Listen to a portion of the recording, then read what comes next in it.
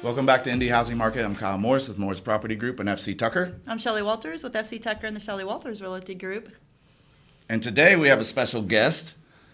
You want to introduce yourself? Sure. I'm Kelly Huff with Huff Homes of the FC Tucker Keystone office. So we wanted to have Kelly on. We've talked about a lot about niches in the past, niche markets. Does it help you sell a house? Does it hurt you sell a house? What kind of market is there for it? And Kelly is just, in my opinion, the go-to local expert on quite a few things, but in particular, we wanted to have her come on and talk about mid-century moderns. I know that, in particular, myself, like I had gone to, and we were talking about this before the show, and I had talked to you about it before. I went to a listing appointment once that was a mid-century modern, and part of my listing presentation was, unbeknownst to you, ironically, that I was going to co-list it with you because you know that market so much better. I thought we could do some things to the house to make it perform really, really well. You ended up representing the buyer on it, ironically enough, anyways, which I thought was amazing. But there's so much information that goes with this. She's known here. Like, I'm sure you have 100%. a lot of buyers that just, you get known as you're the person if they're going to look for one. But it's not easy to find them because they don't, like, exist on every street corner, right? So, tell us about your life as a real estate agent in the mid-century modern world. I love your sign, your sold sign. Sign's amazing. And I see all your stuff on Facebook and stuff. You are so fun to watch. And I always say to her, I'm like, I want to be her when she grows up because I love mid-century modern. Yeah, you she are has just fun. a wealth of knowledge and you have fun with it. And she sells everything. You buy and sell everything. Right. You just have a special love for it. And not to I want to hear you speak, but I heard last week how you got into it, and I didn't know that before. And so it sounded like you were buying furniture and reselling it because you were dealing with estates and all this other stuff. And so you got into the furniture first, and you kind of love for that era. And then as you got into real estate, it just kind of became something that you already was in your wheelhouse, right? That's right. So I don't know. You tell us about what you think about the mid-century modern market and kind of like pros, cons. A lot of misinformation out there with it. Why don't we start with what's mid-century modern? Yeah, let's do that. Maybe people just need that definition. That's a really good foundation for this conversation. Let me throw you 60 questions for you to remember. Yeah. Yes. Well, to start off, yes, I got into having a reputation for being an expert with mid-century modern because I have a passion for it. So I would encourage any realtors who have a passion for something to really lean into that because you can kind of show your authentic self and build your brand on that. That being said, you're also very correct in that there are not enough mid-century moderns in central Indiana to sustain an entire career off of. Right. Yeah. To date, I think I've done over the last 14 years, about 50. Helped people buy or sell, and that's out of 600 houses. Wow. So yeah, Wow. Yeah. It's a low number. Wish it was all I did day in and day out. That would be amazing. There's just not enough of them, though, right? There's just not. Where is there more mid-century moderns? Do you think California? Yeah. Palm Springs. I love to go. yeah. Do you go to Palm Springs? Yes. Do you go to the, what is the week? Yeah, Modernism Week in gosh. February. Yeah, no, I have not been for that, but it looks Sounds incredible. amazing. It is so cool. Well, they're full of, that's the whole area, and they have the biggest, hugest, like, consignment stores of real Incredible. mid-century modern Yeah. furniture. I mean, here in Indiana, we do have a couple of events that would be somewhat similar to that. Indiana Landmarks does a Back to the Future tour each year where they highlight usually 5 to 7 houses in a geographical area. This year it's in Bloomington. Last year it was in Indianapolis, and the year before it was in Carmel. Nice. Is that when they had the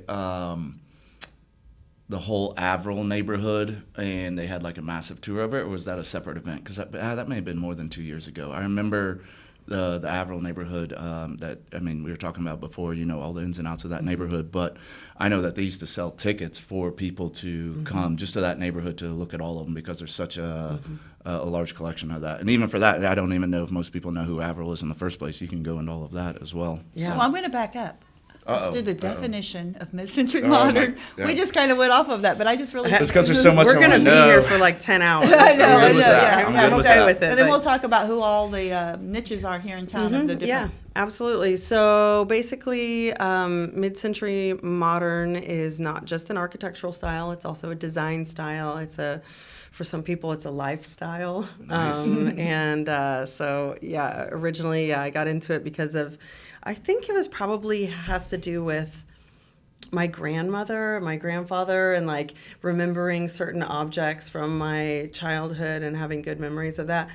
And then wanting to collect that, have that, and then being drawn to it and getting into that. So when it comes to architecture, you'll find a lot of different definitions about what is mid-century modern, but basically anything from about 1945 to about 1969 is probably a good window to kind of stay within. There's definitely some modern things that are happening that fit a lot of the mid-century modern architecture definitions, like in the early 70s, things like that. But I would say that if you're going to set up a search in MyBor, that from 1945 to 1969. Now, that being said, there are definitely mid-century and modern designs that were created prior to 1945. You guys know Frank Lloyd Wright's Falling Water. Mm-hmm. Do you know what year that was designed and built? That I do not know. Mm-hmm. I think you'll be pretty surprised to find out that was 1925. Oh, wow. 1925. Was that one of his first then? Not really one of his first, but definitely kind of when he was trying to use experimental techniques like cantilevered balconies and these really like long and low clean lines, which are, kind of hallmark characteristics of, mid-century. If you're looking at a ranch and you see like nice, deep, wide overhangs and a long and low structure, maybe with Bedford stone or brick, sometimes wood siding, that's definitely mid-century, and a lot of times it's mid-century modern. You'll see like in the Averill Shoal Design neighborhood of Christie's Thornhurst, right off of Main Street in Guilford, you'll see those cool butterfly roofs. Mm-hmm. So that's kind of a California contemporary style mid-century modern. Hallmark characteristics also include kind of blending the indoors with the outside. That's what I love about the big windows. Yep. The big windows. The big so windows. floor-to-ceiling windows Floor-to-ceiling. are a dead giveaway, along with the year built. If you're at a listing appointment and you see something built in that, the mid-century, and it has large windows, and you're seeing a lot of natural materials like stone, wood, it's probably leaning into mid-century modern. Have you seen the one that's on the market over by Brendanwood? That's like it's just got the amazing woodwork. It's got the floor-to-ceiling windows. And it On was the a market good right price. now? It was on the market a week and a half ago. I know that much. I haven't circled back to go look at it. It was kind of like east of Emerson, over kind of by like... I know exactly what you're saying. Yeah, you know which probably house I'm talking about. I was like- I want to talk about that house later, actually. Okay, Well, we're okay, talking about yeah. right now. What do you have to say about it? I had some So- thoughts on it too, so I'm curious what you think. Yeah. I'm like, when you said, "Did you know about this one?" I'm thinking she probably knows about it Hey before they man, hit the she's market. gonna test I did me know on my about it knowledge. before I the get market. poke back. Come on. Now. I did know about it before it hit the market. Luckily, like you guys have already stated, so other realtors will reach out to me if they have an off-market thing coming up and they would like some more information or are asking if I have any buyers off-market or any resources for them. So I encourage agents to reach out because I just absolutely love it. First of all, to know about things before they hit the market is really valuable for my clients. Yeah. And so I really appreciate that. I sometimes have a lot to say about it. So I was surprised, and I mean, I'm treading lightly here, but and may regret all this. I was surprised by the price on that property. Yeah. Because when I looked at the photos, it's like, wow, Yeah. like this is a great house. Yep. Obviously, when you start getting into mid-century modern, like my experience has been, if you got a window problem, you have an expensive window problem, right? So like, and I don't know the condition of the house or anything like that. I just looked at photos, but the photos look great. It had a great backyard, just full of woods, floor to ceiling on like the second floor with kind of like walkout basement, just gorgeous property. So I don't know. That was kind of my thoughts off. I mean, I just looked at pictures and I sent it to a client, but what were Exactly. your thoughts on it? So the house on Cheviot Place was designed by J. Park Randall in, I think, 1965. I don't have it in front of me. It was listed by Peg Kennedy Yeah. at the F.C. Tucker Company. Oh, that's and the house you were talking about before. Okay, She yeah. she did an amazing job with her marketing, and was able to convey to the public how special that property was. That property was designed, of course, and built by J. Park Randall, and he and his family lived there for the whole time. So it was being sold by the family, and it was really important for them. And they had even put it in the trust that they would involve, Indiana landmarks and things like that in the marketing and of the property, which I thought was pretty spectacular. It's located in the Devon area, so we have Devonshire, Devon Hills, Devonwood. Brendanwood, yeah, that whole area. That whole really area cool. is definitely, in my opinion, kind of the last holdout for affordable, as you mentioned, mid-century. So prices, a J. Park Randall did sell last year with Jerry Gamecki, also of the FC Tucker Company, for $530,000. It was located on 3 acres, very close to the Cheviot listing that just happened. It was a lot bigger, but it was similar condition, so similar to original condition. Wow. Yeah. So preserved nicely, but no air conditioning. Now the Cheviot place does have air conditioning, and Peg did get a pre-listing inspection, which is available to anybody who is interested. Laying out the condition of that property that she just pended. She chose, along with their sellers, to hold off for 7 days before they reviewed offers. They did receive 29 offers. Yeah. Wow. That's why the price makes sense, because they just got hammered with offers. That's amazing. They had over 360 scheduled showings from unique realtors on that property through her broker-based stats she shared with me. And they, what else did they do? Oh, they had 2 public open houses and 1 private open house with over 150 attendees. Wow. Yeah. Well, now it's it all almost- makes sense. If Yeah, it's, I was if like, it's this house still is original, amazing. it is a showcase to see. Oh, Just gosh. period. A museum. I mean, they can just be something that everybody just wants to see. So, like you said, 29 offers. I love it. That's one of my favorite. That's why I like I said, I want to be you, because you get to go into these houses so much more than I do. And when they're original or close to it, it's so cool just to see the style. And I love it when people preserve it, because I know there's some areas that people don't preserve it and don't understand the house they're moving into. So it actually always kills me to know that somebody, obviously in today's market, there's more of a competition, that probably a true lover of mid-century modern is going to love the house and keep it. But back in the day, people would just grab that house and buy it, and then they would go and change it all. And that's happened in some neighborhoods around here that I'm just so sad about it. So talking about these in areas like just how do we protect these homes from doing that? I know if we can specifically talk about the Christie's, Thornhurst, and Carmel, I've looked at some of those when they've hit the market of potentially me purchasing them, but they're no longer original. And so you say, though, they are part of the Landmarks and Historic Society and everything, but what does that mean when they become part of that? Where's the true protection? Yeah. There isn't any. So Christie's, Thornhurst specifically, is on the National Register of Historic Places. That designation, so is Ladywood Estates, which was also designed by Avery L. Scholl. This does not provide many protections for it, but it does provide provenance.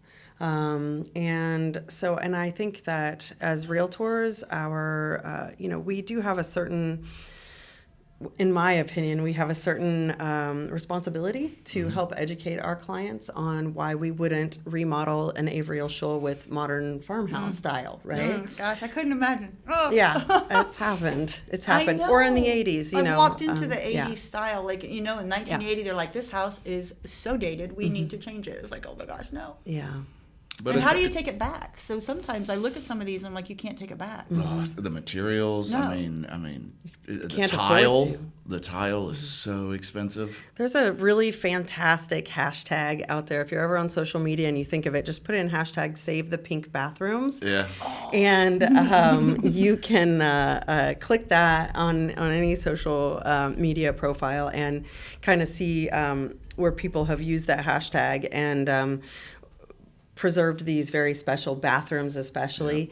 They're just made with really, really quality materials, construction materials, and they just hold up. And for a while, I think people thought that pink bathrooms were not very cool. Although Kohler is now coming out with new pink toilets and pink tiles and pink sinks and all that kind of stuff. So we're definitely seeing a resurgence of these kind of retro colorways in ceramic that we haven't seen in a while. So, But there's nothing like the original. And there's nothing like the original. walking into With the those 45 tiles, degree, with the sinks that have the 45 degree hot and colds. And Yeah. I mean, people just don't even know what to do with that stuff. But if you look at it, I mean, just, you're like, okay, it's pink, but you're like, there's just nothing like this anymore. There isn't. And like, to your point, so how do we be good stewards, so to speak, of these properties? You know, the guy that I tend to use for inspections, you know, he's always talks about a house is like a classic car, right? So you are just the temporary owner of this house. The house is going to outlast you no matter what, right? And it's like, how do you be a good steward of this house to pass it on to the next person? But what you're talking about, like, people remodeled this stuff in the 80s, well, they didn't know the cultural significance of it, because to them it was just a dated 20-year-old home. I mean, we do it today, for the record, with houses that were, you know, dated back in like '08, and you're like, this granite is out of style, and like nobody wants. I mean, what do I see the most? What, you got the red paint, you've got the like orange paint, you've got the dark khaki colors, the browns. Like, that's a lot of kind of 05 to 10 Cherry stuff. cabinets. Yeah. Well, you know what's so funny that you say that, because I think about that when I would see people go in and get rid of the cherry cabinets. We want to paint them white or whatever. Do we have an era? Have we gone through an era of somebody in the 20, you know, my daughter, my children, coming to the 2050s going, they destroyed that 2010 house? Oh, that we're going to be like that in 15 years with this farmhouse style stuff. You know what I mean? People are going to be like, I don't want that. And some people are going to be like, oh, it's culturally significant of what we went through in But we COVID don't know era it. or whatever But it that's was. just it. They didn't know it in the 80s Right. that this is a style of home that we want to see in the 2020s. But it's not for everybody either, though. Like, think about it. So it's like, hey, I'm going to go buy a house. Like, I just want to live in this house. I don't need to be some like cultural steward to preserve, you know, like our culture or whatever it may be. But to those of that it matters, like, I just want to make sure that they are getting these houses and taking care of them. Loose drawn houses, like I all agree. types of cool stuff that's out there. Do you Well- see any other styles besides mid-century modern that should be saved, salvaged, or whatever? Other Yeah, than that? absolutely. 'Cause I I mean- know you know architectural styles. Right. Yeah. I mean, I think anything that is like, where do you draw the line? Yeah. Is, I think, what we're talking about. So if you have a production home that was built by whomever, you know, Call it like 97 on. Yeah. It's kind of when that kind of became. like MI homes Yeah, or, yeah. you know what I Yeah. mean? One of these, Right, like yeah, a production built home. yeah. I think that preserving that architectural style and those finishes is probably a lot less important than We're something. safe on that one. than something that was like historically significant or something that was architect designed. Yeah. I think that's kind of like when we're trying to guide our clients, you know, I think that that's something that we can kind of use as a, you know, the threshold for that. Well, the area of Logan Street in Noblesville. Exactly. Yeah. A lot So of we've got the Victorians. Victorians and everything. Yeah. That, to me, that's a whole style of. It's disgusting. I'm sorry, to see the wood banisters come out, the wood fireplace mantles come out, and nobody salvages. Yeah. They just like, oh, I don't want that, and then they. I mean, that Victorian is my favorite as well. Oh, yeah. I love it. And Logan, I was saying earlier, because of the detour on 32, I hadn't driven Logan for a while. If anybody wants to see a beautiful street in Noblesville, it's Logan, between the square and heading east towards 37, north of 32. But people have done some really good things getting those houses back to And their that's original. super expensive. I think that's Oh, one yeah. of the things we run into as a problem, because to buy that house and to get it where it needs to be sometimes, I mean, you're talking about craftsmanship that does not exist anymore. Right? It's like, how do you recreate some of these plaster molds that they did for crown molding? Like, it's, you know, that you can't even hardly find somebody to do it anymore. What you almost have to do is they do foam recreations of it that they then refinish.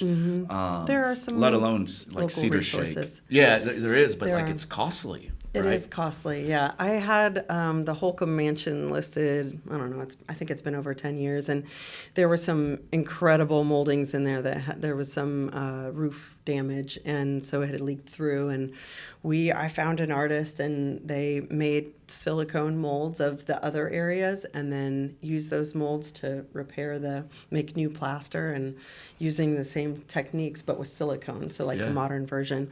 And I think, like, this is the thing. So not everything is going to be so carefully preserved that you're able to save it. Correct. If you have to tear out a bathroom because there's mold or wood rot or something like that, you have to tear it out. So I think part of the conversation needs to be, thoughtful updates, right? So trying to honor the original intent, and we see that a lot. So not trying to make it something that it's not, and trying to honor the original intent with clean lines and these sorts of things, like when you're redoing something that cannot be repaired. It's interesting too because everybody wants to update stuff, and they never think about, like, no matter what you do, it's going to be dated at some point. Mm-hmm. Like I love the black windows things. Mm-hmm. Like, I think it looks pretty cool on, like, white houses.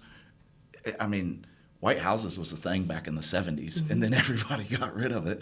Mm-hmm. All these white houses with black windows, in 10 years, we're going to be like, what were we doing with all these white houses, black windows? Yeah. Or painting brick. So what you just said. You can't unpaint brick. Yeah. Well, you And could, but it's super I expensive. have the house I just sold in downtown Carmel and I did black trim in my office on Range Line, 10 years ago, way before anybody, I think, was even really thinking about it, and I just did it. And then Look at you, trendsetter over well, here. yeah, but it was something I did on my new house in downtown Carmel, and I painted the brick white and did the black trim everywhere. But yeah, when a lot of people see you paint brick, they just want to shoot you. Mm-hmm.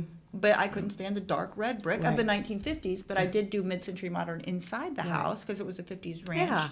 But the outside, I just didn't like but yeah, I got a lot of flack for painting my brick. Yeah, but there's that, I think we can all agree, there is that one dark red brick That was that's it. just super aggressive. That's the There's one I had. some And you're ugly like, brick. hey, man, Yeah. like, There's that's some ugly brick. I mean, think it looks I'm not a a lot purist. better. I liked it. What do you think of the peach brick?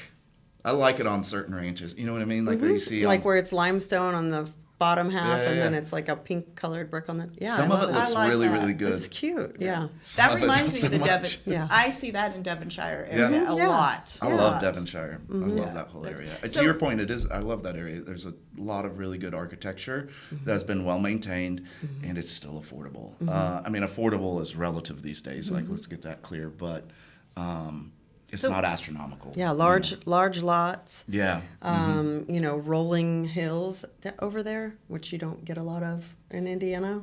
At all. Yeah. So trying to talk about pockets of places to just enjoy. Woodruff Place is another beautiful area Yeah, of historic. period historical homes. And Yeah, Woodruff Place and Old North Side, as far as turn of the century goes, so late 1800s through the, all the way through the 1940s, they're building stuff in there, and there's some really, really special places. I would be remiss if I didn't mention my listing at 1507 Broadway Street in the Old North Side. It was built at the turn of the century, just before, and it was inhabited from the late 1800s through about 1940 by the very first woman city county council member of Indianapolis. Wow. So the first female, women didn't get the right to vote even until 1920. So she was elected to that position in 1936, which is pretty cool. That's awesome. So keeping the history of the homes too is really, really nice to have. So any original pictures, any original floor plans, the families that have lived in them, I think is fun in any house. Speaking of the one I had in downtown Carmel, I had everything from the day it was built. I had all the family information. I had pictures. So any house, even if they say 1997, just think about it. The history in 100 years is probably going to be something somebody would be interested It's in. hard though, right? Because I've had a couple instances in the past couple of years. So like the one in Louisville I have, the tax records are inaccurate, and I don't have something that says exactly when it was built, so I can't change it. And the tax record shows that it was built in 1950, and this house was built in the late 1800s, right? I had another one that I sold over in Fountain Square that showed that it was built in 1950, but it was demoed to the seller. It doesn't matter how I clarify this. Seller as in a basement, not a person. And it was completely rebuilt besides the cellar, but it was showing the tax records that it still is this, even though it was completely, for the most part, rebuilt in like 2018, right? Yeah. Or I don't know if you noticed this, and I haven't really paid attention to it in our new system, but there was a lot of houses I used to look at that were pre-1900, but because when the system rolled over and we went digital, they're just like, let's just call it 1900 and we'll call it Yeah, a day. stop there. I'll tell you about that. So obviously all paperwork used to be paper. Yeah. And several courthouses, including Noblesville, probably they had fires. Yeah. And so a lot of things reset. And so something that might be late 1800s was actually reset to the early 1900s, usually because of fire, smoke damage, all that kind of stuff. So it's We're like, hey, it predated this, so this is good enough. Because who's going to care in 120 yeah, years? so I mean, as listing agents and as realtors, we can do research outside of tax records for properties. Should you be so inclined? I'm a freak, so I have to do it.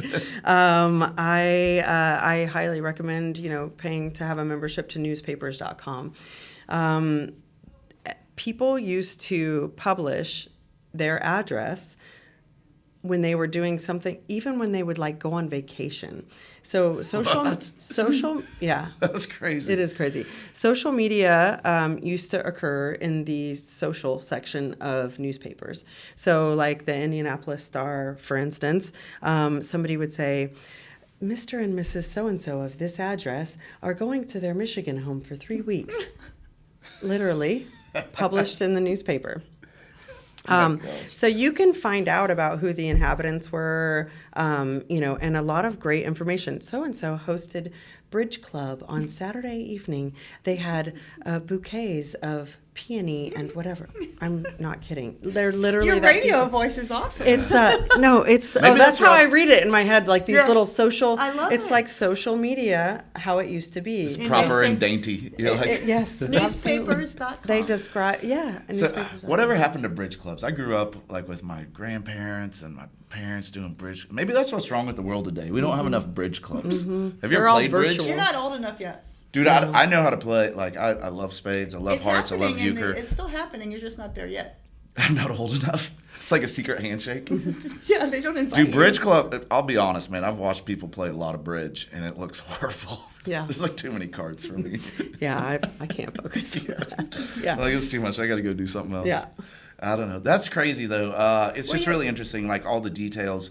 And so when we're talking about, having somebody who is an expert matter, I'll be honest, to a certain extent, and we kind of talked about this, if I'm representing a buyer, it's much easier for me to find information, right? And they're like, hey, we have a question about this, and I'll go track this down. But the bigger thing is, if you list, you got to list it correctly, because it absolutely does matter. And so that's one of the reasons, when I was going to do that one home, I wanted you involved, because I thought how we listed it insanely matters when we're talking about a house like that. And Peg is just a perfect example of she did it the right way. She took the time to do it the correct way. You take the time to do it. And so I feel like if it's important for a buyer, it is a necessity for a seller, in my opinion, to sell a house of that nature. So can we back up with about an expert? That as a realtor? If you're going to have a property like this and you put it in under traditional, so we were talking about, I know you brought the MLS or our BLC. We're going to get her started on her pet peeve. Well, it's good information. So where'd your flyer go? I know you had the flyer. Yeah. We have all the different ways that we can put an our architectural design style in the MLS, as everybody usually knows it, but we do call it the BLC. And we were talking about how do you find it. And when we were talking about that, I would say I can't go in and put a search in and say mid-century modern, because I don't know if the agent knows that they have a mid-century modern. But if my buyer is looking for mid-century modern, I said that I would have to go in and just put traditional and then watch the pictures and look and filter. But you came back with the best way to look for it. So how I search, because I watch the market really carefully, I want to know when any even close to mid-century modern comes on the market, because I'm supposedly the expert. So how do I stay the expert is by knowing about them. Heavy rested crown, right? Yes, I have a search set up for myself, and I have some clients on it as well, where I use the threshold of year built. So year built, again, between 1945 and 1969 is a good general guideline. If you put that in, if you also put in materials, the exterior, you know how we can choose. Pretty much no agent messes up. Stone is an option, right?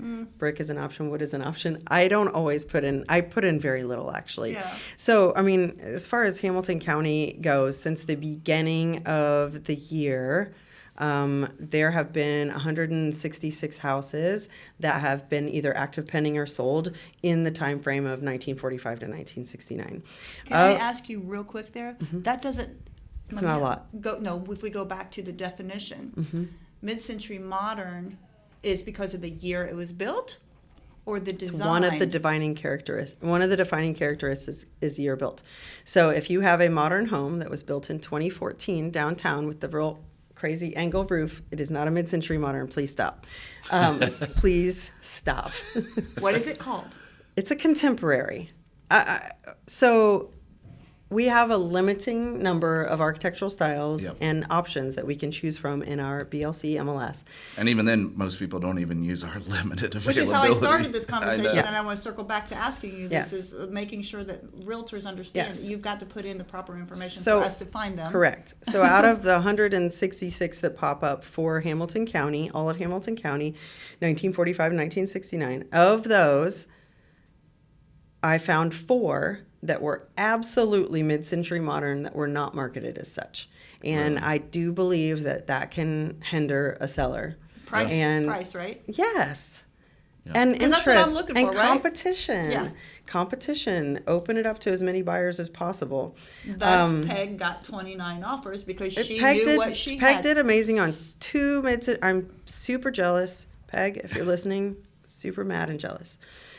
Big props, but super jealous. Yes, super This big is all nice props. things. We're saying nice things. Yeah. She had a listing in Sheridan recently. She asked me to come take a look at it ahead of time. And we talked about strategy. She had a price in her head. I looked at it and I said, because of the architectural interest I think this has, I said, I encourage you to list it for more. And a lot more, and I encourage you to obviously always using professional photos, but also I think that you should engage a stager with mid-century style furnishings in this one to really sell the sizzle. And and also I recommended getting a pre-listing inspection. I'd like to talk about inspections I and know how you they're. had some comments about that. We definitely want to talk about. Yeah, she got a pre-listing inspection on that property as well. This is Sheridan, Not exactly known for its high-priced homes or mid-century architectural Mecca. style. It's not Columbus, Indiana. It's not Columbus is amazing. That's When you were a talking whole about Frank nother- Lloyd Wright, I was like, I another love market. Columbus. I mean, seriously, we could just literally be here all day.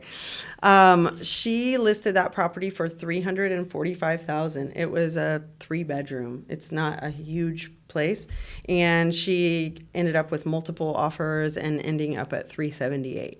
I'm not saying it's because she consulted me ahead of the listing that she got that, but it is. Well, No, but props these. to you though. You are known in our area as I'm a just person saying, that knows what's going like on. help sell the sizzle. Right. People want these cool features, these Florida ceiling stone fireplaces, the open floor plans, the windows, clerestory windows, clean lines. People want it, and to build something. Like to your point earlier, to build something with these quality materials now is just, you go up and get skinny, and you go up higher, and you don't do a long, low, rambling ranch. It's hard to do that on 0.3 acres. Yeah. You just or, don't have or the space. $200,000 for a 1-acre lot. Yeah. Yeah, So, oh, Exactly. yeah. Exactly. So out of so we talked about out of the 166 that were listed in Hamilton County from the beginning of the year, 4 of them very much could have been marketed better, in my opinion. Right now, there are 9 active pending or solds in Hamilton County that list the architectural style as mid-century modern. Out of those 9, there are 3 that are actually mid-century modern. One of them was an 80s traditional American. I could go on.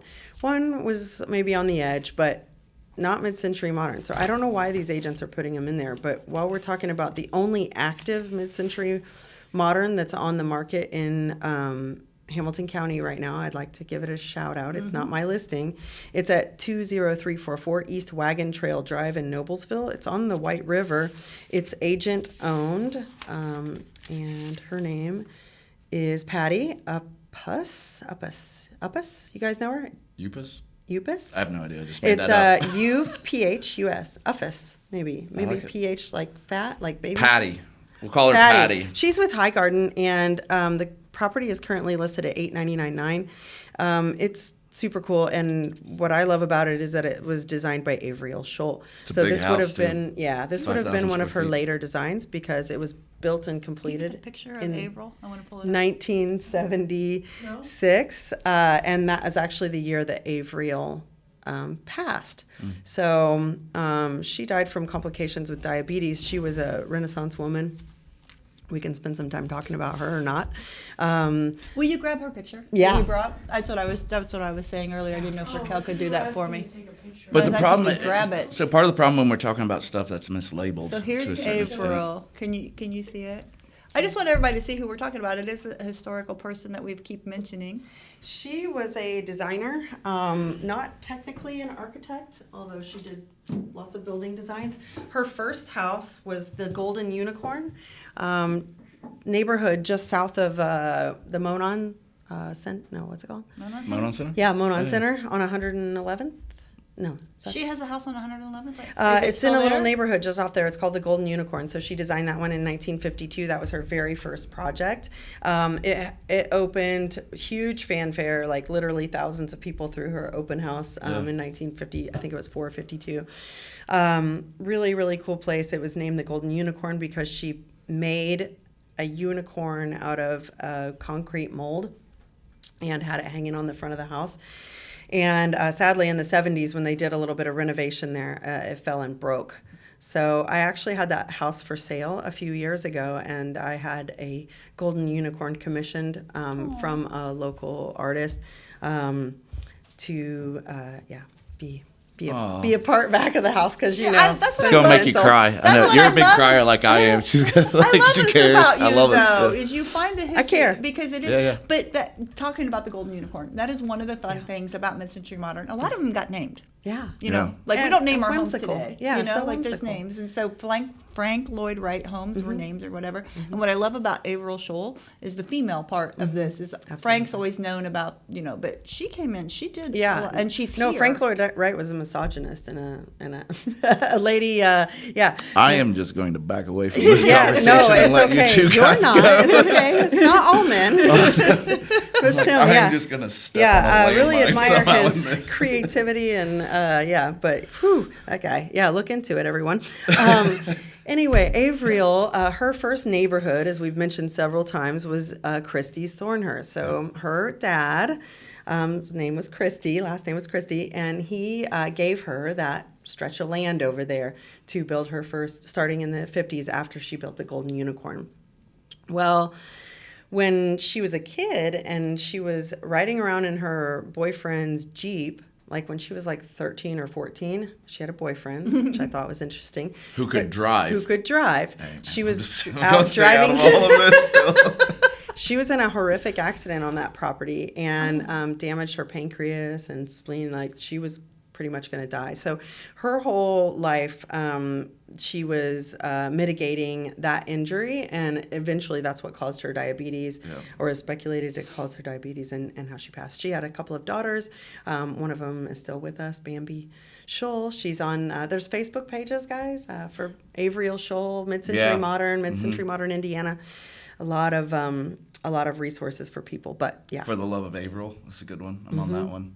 At least my old page was. I don't know if I'm on. Well, what's my new fun, one. if you're interested in it is very hard to find the mid-century modern type furniture and decor that's period. Yeah. On these Facebook pages, people are selling this, and they're the real stuff, and they're some really fun things to see there. If you're interested, if you have some Facebook pages or whatever that you want to throw out there, or just But even so, you're talking about these ones that are mislisted, right, or inaccurately listed. Some of these are mid-century ranches, right? And so, but that's not even an option, right? Right. on the bill. So like, what do you? We are limited with what we can do, and then I'm also then limited on a search based on the knowledge base of an agent, which is okay. I mean, I get that stuff. Like you said, there's ways around that to a certain extent, and sometimes, like, I don't want to assume it's always lack of professionalism or lack of knowledge, Right. because like I'm just flat out limited with how I can list something, because I can't leave every option out there, because that would be too much for people and they just wouldn't agents wouldn't take the time. I'll just be honest, right? A lot of agents would not, because you have 150 options instead of, what do we have, like 20 options, right? So even like with the Victorian one I was talking about, like that is, there's multiple subsets within Victorian, right, that are very specific in different styles within it, because Victorian is more of an era, I guess, to a certain extent. And so it's hard because it's like, we'll call it mid-century modern, and it'll get enough, it'll help with looks on it, and we'll sell it either way, right? And it's really, really hard, and it hinders people who are specifically looking there at the same time. Or It's just difficult. Her eyes twitch when she see it. Yeah. I mine too. If I see it say mid-century modern, you're like, that is not mid-century modern. Yeah. Like, don't do it. I try to reach out. So Yeah. if I'm, if something pops up and it says it is and it's not, I try to reach out and help the listing agent and just say, hey, I saw your great new listing. I saw that maybe incorrectly or whatever, that mid-century modern was listed as the architectural style. And it's not. Yeah, well, I think you would better serve your client and potential buyers out there by maybe think about just doing traditional American and ranch. Yeah. Ranch is huge. You should, Yeah. if you have a ranch for sale, It's a whether it's unicorn. mid-century or not, you should absolutely be putting ranch Yes, in there for in sure. today's world, for Yeah, sure. absolutely. Yeah. So in Indianapolis, you've got Hamilton County. I know you didn't specifically write that down. okay. In Indianapolis, Marion County area, where how many are we seeing there currently? What were the sales like there? Just kind of a general idea. Is it a lot more than Hamilton County? I'm assuming. Yeah, it's a little healthier, and that just has to do with where were people building in 1945 Yeah. through 1969? Age of the city. Yeah, age of the city. Right. So, Washington Township, Lawrence Township, even the South Side, just outside of the 465 Loop, there are definitely Some Southport stuff. Yeah, some great pockets of mid-century modern, and tons of mid-century. Yeah, I mean, like I said, the last pocket that's affordable is in the Devon area, and people have their opinions about if that's a viable place that they would want to live or not.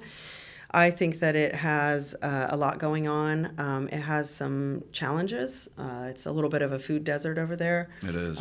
Yeah, and there are some pockets over there where if you look at crime maps or something like that, it's going to have a little bit more activity than other areas. But really, a lot of people that have these like larger lots in these neighborhoods, Devon Hills, Devonshire, they've lived there a long time. Yep. And Well, you're so like smack they're dab in the established. middle of like 3 private schools as well. Like there's just Totally. so much more that goes into it. It is. And that's what's frustrating about it. I hadn't thought about the food desert, because that is actually, I'm like, where would you go? It's a thing. Yeah, you're like Castleton, Lawrence, not even Lawrence, Martindale- Broad Ripple. I mean, Like the Martindale Brightwood kind of inner city neighborhood down Yeah, there is trying to address that, and they've opened up a grocery store down there. So that's not too far away. There's some stuff at like Emerson, where Fall Creek turns into Emerson, and Yeah. Kessler. There's like there's a Walmart right there. there's there's some stuff in there. There's Starbucks. Yeah, Emerson. There's a Hardee's Yeah, there. that's a There's big spot right there of different types. Yeah, so that's right. It's right by the Kessler Mansion, Brandon Wood, right by the Kessler Mansion. which is where you got the dolphins from. That's a whole nother story. That's a whole nother Oh, podcast. I was in that house when he owned it. I actually was able to go there. Yeah. I'm sure you were hanging out by that pool, probably. Interesting, but anyway, let's go back to the inspection process. Yeah, of any of absolutely. these styles of homes. You have to be very careful because it looks like probably the house is caving in by the time the inspection comes in. It can, yeah. So there's a lot of red flags that, especially when representing a buyer or a seller, that knowing about things ahead of time as soon as possible are going to be super important to manage expectations of all parties. A huge one is, you guys ever see those cool old basements, and they have the checkerboard pattern tile on the floor, and Asbestos That's style. asbestos. Totally Yeah, that's asbestos. asbestos, yeah. Yeah, so an 8x8 tile with like a little bit of flecking in it, most likely. So is Just it? don't pick it up. Yeah. You're Leave it good if alone. you Thank just you. leave it. In- Is it Encapsulate it? dangerous? No. Is it in good, serviceable condition with like a layer of wax or something on it? It's fine, Yeah. right? It's when you start demolishing or the tiles become fragile or whatever that you have a real ceiling tiles, also asbestos. And also, can be asbestos in the attic.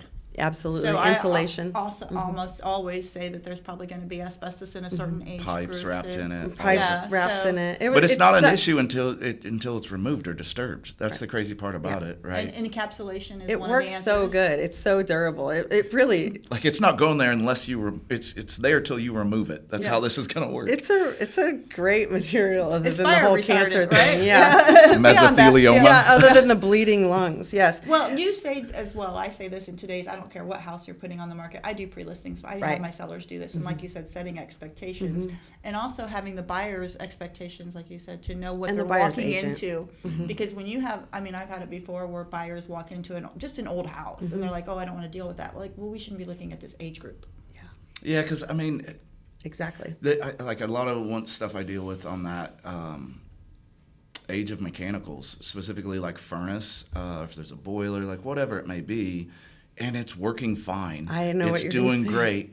Like it's been maintained to the T. Like I always talk to people about furnaces, and obviously I get it. It's a thing. Blah blah blah. The last house I lived in, we bought that house with a 20-year-old furnace, and I sold that house with a 28-year-old furnace that was working just fine, and it was properly maintained. All this stuff. Like, can stuff go out? Yeah, I get it, but like it doesn't need a whole new.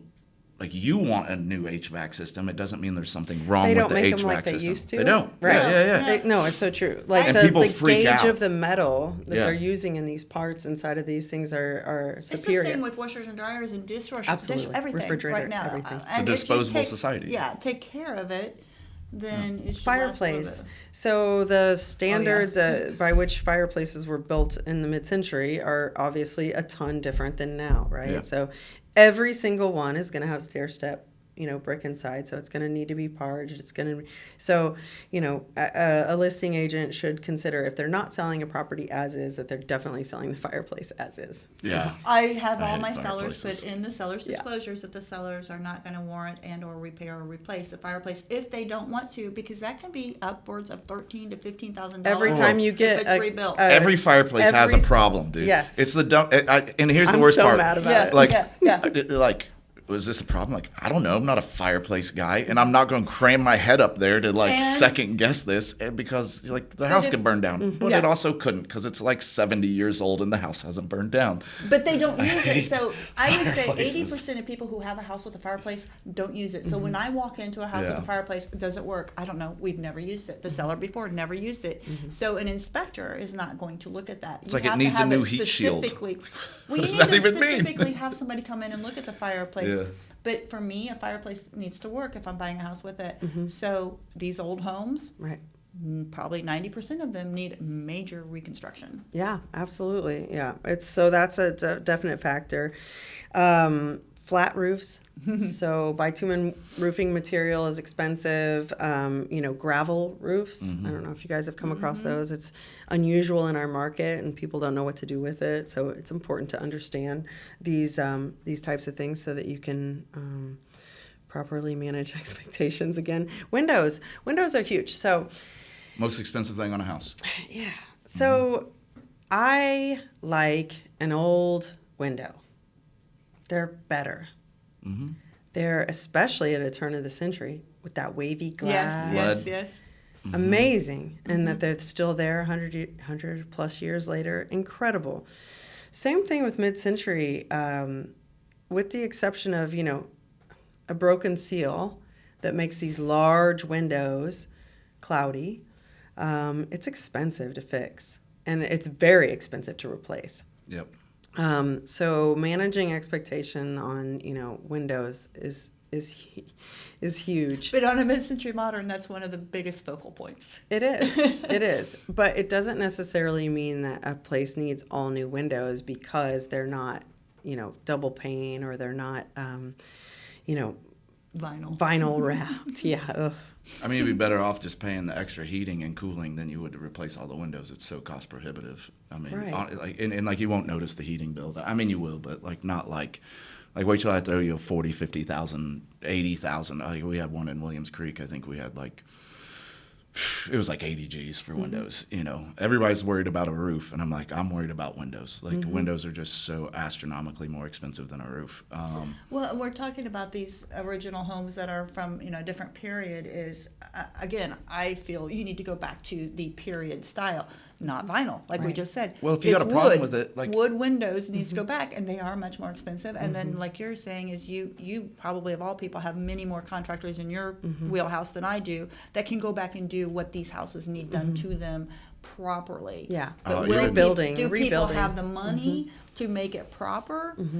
And if they don't, they'll just do whatever they can. Oh, Right. good luck finding a plaster person. Like I have a really, really good plaster person, but that's a dying art. Absolutely. You know, Because like, nobody likes it. But well, you can't have one drywall we don't even wall and one train plaster people to do wall. it. You know, we're just like, cut it out and throw drywall up. Like, or no, you know. But to me, it goes back. Like, if you have a problem with like when we're going to look at these windows, and you want something else.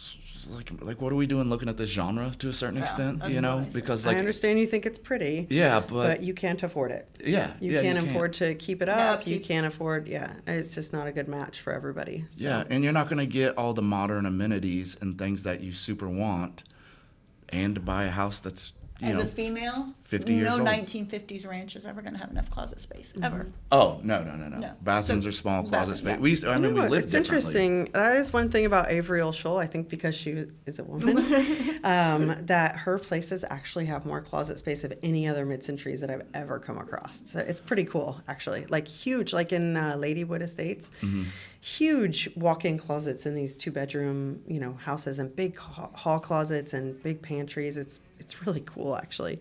Well, the funny thing about Frank Lloyd Wright that I found when I've gone into his houses is his hallways are so skinny. Yeah. Well, people were smaller back then. I mean, And some people just especially can't him. physically live there. He was like 5'7", I think. And So little doorways, tiny, yeah. So it is a lifestyle. It is. Oh, yeah. You have to go back to the lifestyle. You just gotta have an agent who kind of knows, and it kind of like nerds out to this stuff a little bit. I go into old houses, like when you go into Broad Ripple, like the closets is a really good thing.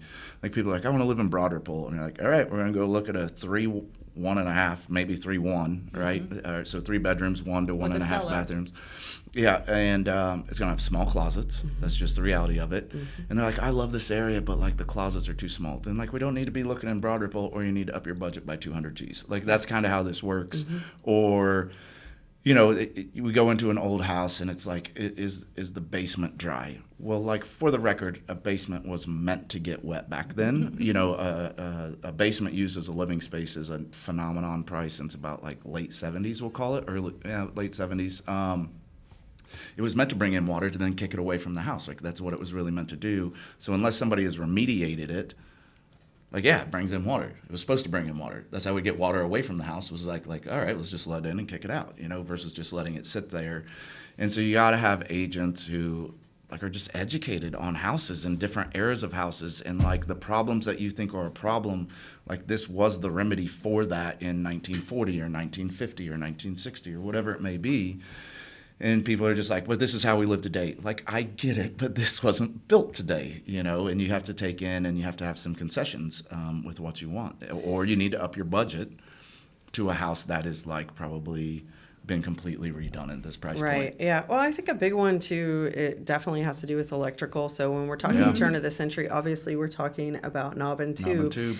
And the reason why, we need to identify that kind of stuff ahead of time is because we might be able to find a buyer that's willing to, live with that because it's been, but the problem is them getting insurance. Insurance is really expensive. Yeah, and the same thing. So if you see a mansard roof, you better start the first thing in your head, other than, is this cool or is this ugly? I think it's cool, but a lot of people think it's ugly.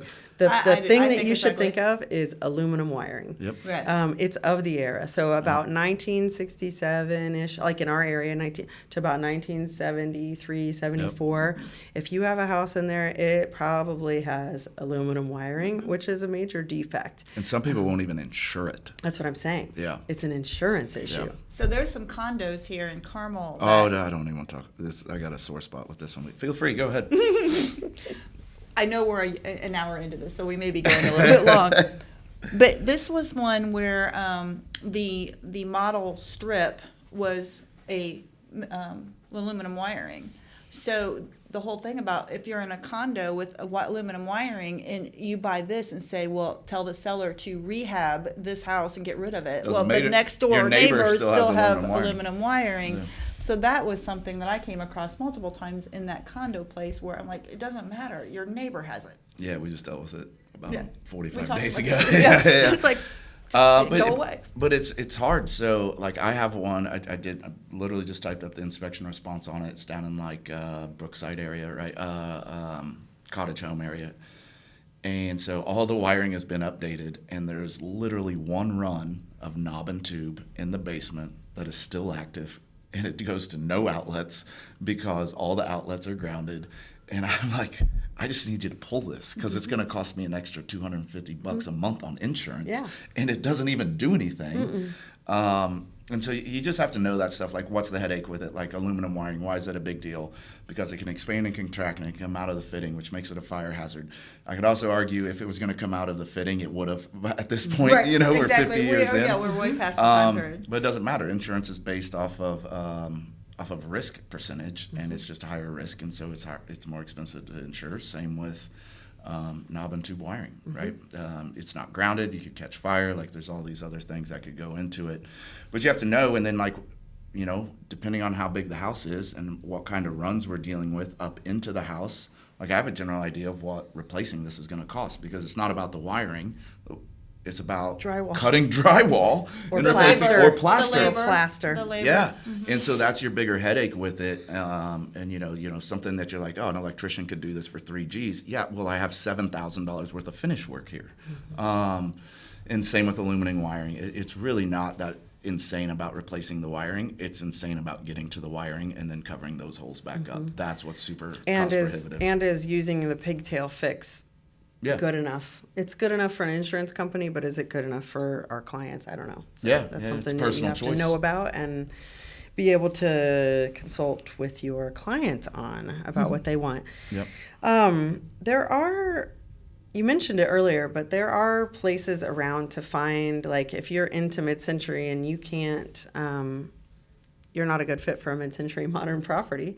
There's a bunch of like cool places to buy mid-century stuff around central Indiana that I just wanted to give a shout out to a couple. One is Flux. It's down in the city, kind of over by near West Side, and Deanne owns it, and she does an amazing job procuring incredible furniture, housewares, and art. Midland Arts and Antiques, Yeah, usually a that's fun what I was spot thinking. to go. A lot of their vendors are on the hunt for that stuff. There's a great place in Red Key, Indiana, called the Corner Store. Where's Red Key? I don't know. It's up the way. I gotta look it up. It's around the way. Yeah, it's around the Over way. yonder. I'm looking this up while you keep talking. It's awesome. Yeah, Corner Store in Red Key. It's a mecca. And mecca. It is. It's worth the trip. He's got 2 spaces in this little downtown that I don't even know if there is anything else in the downtown, honestly. It's like a little small town cornfield situation, and he's got these 2 huge spaces in the downtown area. It looks like it is about, we'll call it 35, 40 minutes northeast of Muncie. Yeah. So in between Albany and Portland. Yeah, really fun day trip, and he's awesome. He's all over social media. Southport Antique Mall. Really? They have a few vendors in there that focus on it, and they also have a clothing vendor there, Tammy, that does a really good job procuring. I'm wearing a vintage. Vintage. Yeah. I'm Yeah, wearing that's a good name, I Tammy. this We is don't not see enough vintage, but I Tammys these kind of days. wanted to come into the style of it. But I like some it. of the stuff on your Facebook, you are just so fun to watch on Facebook and stuff. If you guys want to follow her, she just Like, she- follow, and subscribe. Yeah, yes, her own. What is your social media that you have? My actual personal page is wide open for anybody to check out. And that's just Kelly Huff. So facebook.com/Kelly.Huff. My real estate team is called Huff Homes. So facebook.com, Huff Homes Realtors. And I'm on Instagram with @Indie Midmod Specialist. where I post, mostly I just post listings. They're not all mine, just ones that pop up. Yeah. If you ever see a popular mid-century and you see that I didn't post it, you're like, I wonder if she knew about this. Trust me, I know about it. I probably have a client that's trying to buy it, and so I won't post it. Yeah. There you. Yeah. I don't want people to know about this. Yeah, I won't. This is a great house, but we don't want it. So you Yeah, can all know it means about it. I have skin in the game. No, I want you to post it and be like, look at this turd. Yeah, this one's horrible. You should see the Falling wiring. apart. Yeah. There you go. Exactly. Well, we appreciate you being on. Yeah. I know we've gone a little long, but it's been so We're much gonna have her information. on for more stuff. So if you guys, literally, if you have a listing that you think you're going to put up, we just turn it over to you because you know what you're doing and you will do the research and you will do your absolute best to market. So how can everybody get a hold of you? You can reach me at Kelly at kellyhuff.com, or you can call my cell phone. I'll let you look that up. You can. Okay.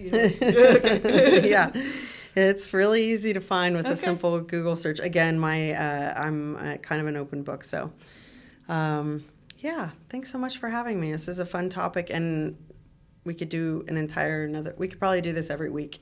Honestly. Yeah, we need help. I mean, I don't know if I get tired of carrying Shelly or she gets tired of carrying me, but it's a whole thing. That's why we've got energy drinks for the whole thing. Well, I'm Shelly Walters with the Shelly Walters Realty Group and FC Tucker. You can reach me on my cell phone at 317-201-2601. And again, if you guys would like to be on the show or have ideas, please let us know. And I'm Kyle Morris with Morris Property Group and FC Tucker, and my number is 317-649-5122. If anybody else wants to come on and be on the show or whatever and has something interesting that they want to talk about, we're trying to expand that to a certain not to a certain extent. Like, we're very open to expanding it. We have some people that we're going to have on, but we're open to your suggestions. So feel free to We've comment. been getting a lot of suggestions on expanding. So we're going to try and get more information. We did not get to our stats today, but we don't think, there's not enough time for that. Just to say real quickly, the market does seem to be slowing down a little bit with days on market and the amount of houses hitting the market. List to sale ratio for me in Carmel, Westfield, and Zionsville is kind of coming down a teeny bit, but still a great market for sellers. Stuff selling, you just got to have the right expectations when you go into it. Buyers are a little bit more patient, but things are still performing. You just got to be patient. So, and then when you've been on the market 10 days and somebody wants to lowball you, counter as if and know that, like, you're still within, you're at a third of your actually average days on market. So Yeah, and list to sale ratios are still showing right around Yep. 99%. So don't take it unless you have to get out of there right away. All right, thanks guys. See you next week.